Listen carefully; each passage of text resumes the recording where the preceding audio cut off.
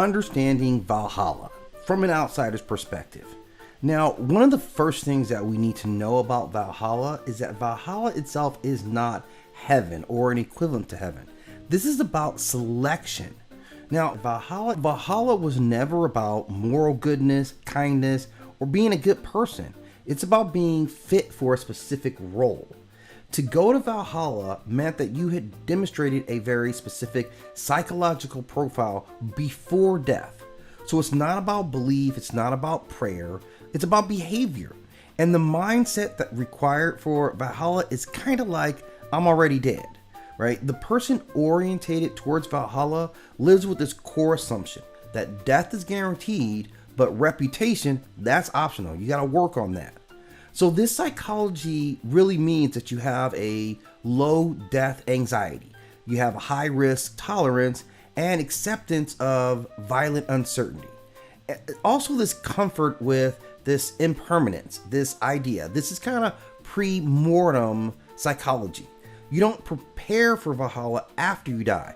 You prepare by how you live while knowing that you're going to die badly. That's really the thing. So this is courage and not just aggression. And that's where people kind of misunderstand what they're saying in the Norse culture. Valhalla mindset is not about rage. It's actually about clarity under threat. Now, the warrior ideal wasn't blind bloodlust or cruelty or domination for its own sake. It was acting decisively despite fear, choosing engagement over avoidance, and refusing to shrink in the face of fate. And that's why cowardice, not defeat, is the real disqualifier. You can lose, but you couldn't just opt out. That's not acceptable. So the Valkyries themselves are not angels. They're not hovering around the battlefield waiting for flashy kills. They were selecting temperament. Who keeps moving when the outcome is already sealed? Who doesn't break, beg, or bargain? And from the modern lens, they're evaluating a stress response, your resolve under chaos, your willingness to face annihilation without any self-pity. It's not a moral judgment. This is a functional assessment. Because what Odin is looking for is not necessarily heroes. Those are the guys that always win. He wants assets. So the uncomfortable part that most people are looking for is that he's not building a paradise. He's stockpiling what he needs to confront Ragnarok. Valhalla is a training camp. It's a psychological conditioning loop, and it's endless rehearsal for the end of the world. You eat, you fight, you die, you repeat that cycle. So from a psychological angle, this is a desensitization to death and the normalization of sacrifice, because you're not being rewarded. You're being prepared for extinction level conflict. So what kind of person wants to be in Valhalla? And this is a key outsider question. Someone who generally wants Valhalla does not seek peace, does not expect safety, does not reframe life as something to be preserved at all costs.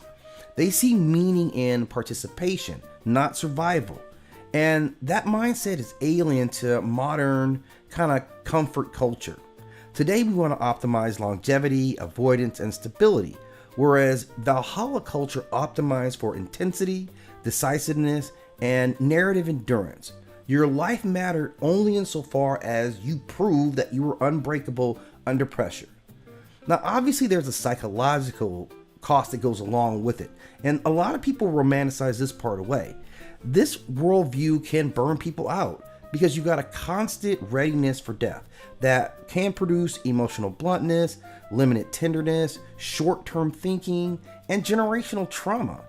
Valhalla psychology works in a world of constant warfare, environmental hostility, and thin margins for survival. It collapses in peacetime society because it's not designed to flourish, it's designed to endure. So the true meaning of Valhalla isn't not about glory after death. It's about asking and answering one question before death. When was the worst thing that ever happened, and did you show up for that?